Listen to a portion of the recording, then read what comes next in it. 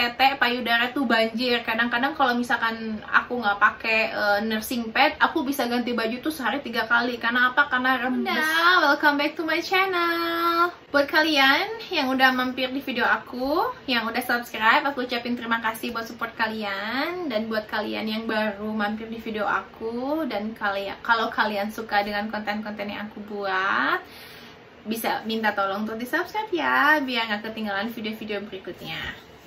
Nah, video kali ini aku mau sharing masih seputaran perbabian. Kebetulan kan aku baru melahirkan.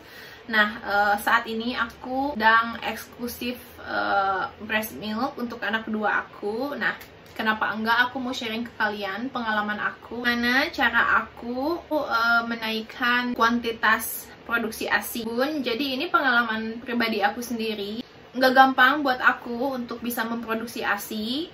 Nah, buat bunda yang saat ini kira-kira produksi ASI-nya masih sedikit, jangan berkecil hati. Aku mau kasih tips ke kalian, mau sharing pengalaman aku sendiri. Alhamdulillah, aku mampu memberikan ASI eksklusif untuk anakku yang pertama Ethan selama 2 tahun, ya kan.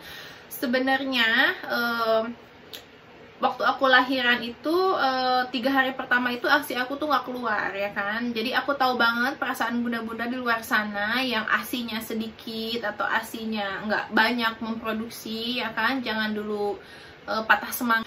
Oke, tips yang pertama, semua orang pasti tahu kalau misalkan kita lagi menyusui, berarti kan kita banyak cairan yang keluar, ya kan, karena kita menyusui anak kita. Nah, tentunya otomatis kita juga harus sering banyak minum air putih. Jadi yang biasanya sehari kita minum air putih misal 2 liter, karena kita menyusui, ya kan, kita kan pengen memproduksi air susu yang banyak, otomatis intake air minum yang kita konsumsi juga harus dinaikkan. Jadi 3 liter gitu kan, lebih banyak dari biasanya.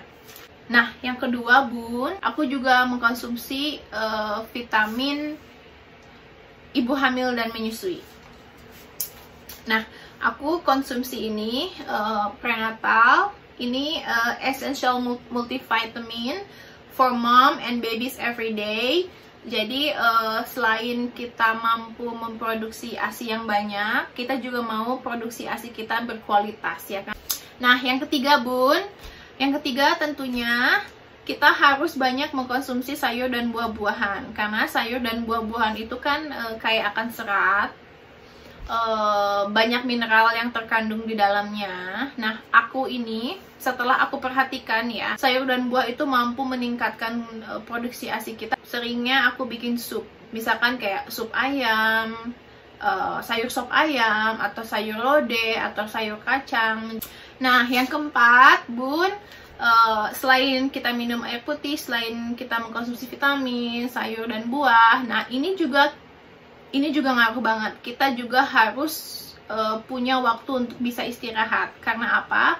Karena kalau kondisi badan kita istirahat, kondisi badan kita nggak capek, nggak lelah, itu ngaruh banget ke produksi ASI kita. Itu ngaruh banget. Kalau misalkan aku kurang tidur, aku kecapean, aku terlalu banyak aktivitas, itu kadang ASInya itu kayak nurun gitu loh. Kalau buat yang kelima bun, nggak boleh stres. Kenapa? Karena itu stres juga ngaruh, bisa bikin drop kualitas ASI kita, ya kan. Jadi sebisa mungkin bunda jangan kepikiran, misalkan kayak gini nih, ini pengalaman aku sendiri ya. Kadang pada saat kita pumping tuh kita ngelihat, aduh kok hasilnya cuma sedikit ya, aduh cukup nggak ya nih buat anakku, aduh nggak cukup nih, aduh takut dicampur formula, aduh. Nah, itu kan bikin pikiran kita jadi stres tuh. Nah, semakin kita stres itu bukannya malah bikin nambah produksi ASI kita, malah jadi bikin drop. Jadi sebisa mungkin jangan dibawa stres, dibawa santai aja. Tips yang keenam yang aku mau sharing ke kalian, kalau misalkan kalian udah berusaha banyak minum vitamin, sayur, buah, istirahat udah cukup, nggak stres, oh ternyata kok ASInya masih sedikit, masih kurang, atau masih apa, berarti kita butuh sesuatu untuk booster ASI kita.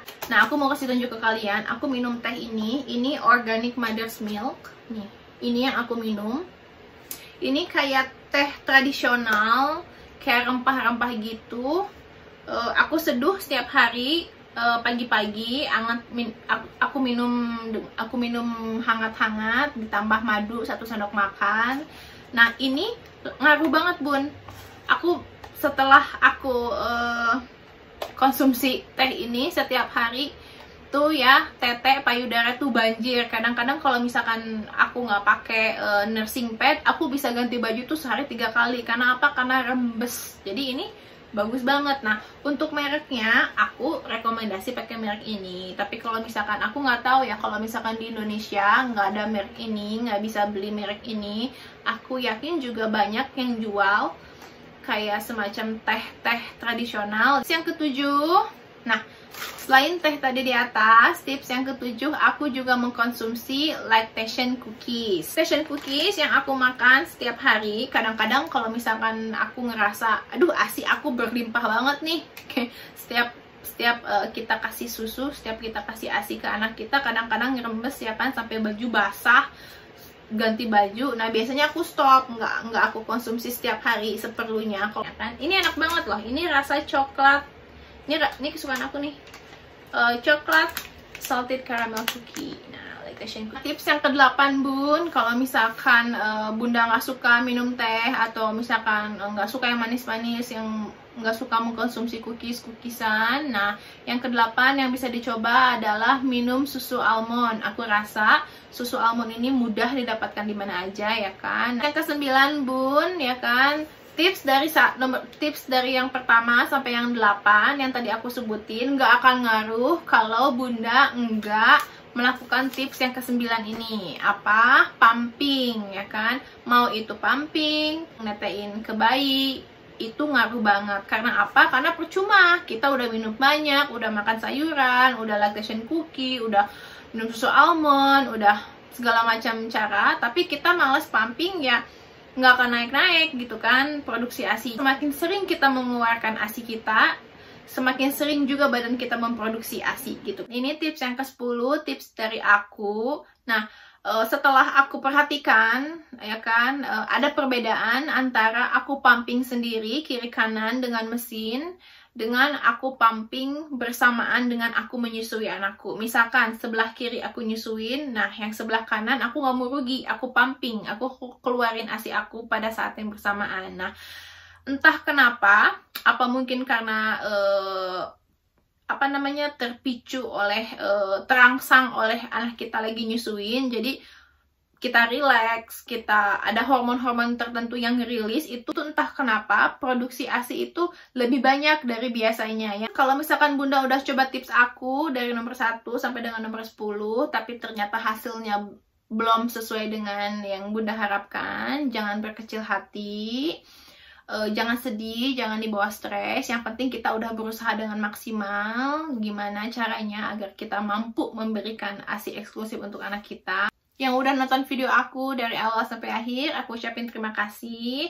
Mudah-mudahan tips yang aku kasih ke kalian, pengalaman aku sendiri ini bisa berguna buat kalian. Jangan lupa subscribe, komen, dan klik like, oke? Sampai ketemu di video berikutnya.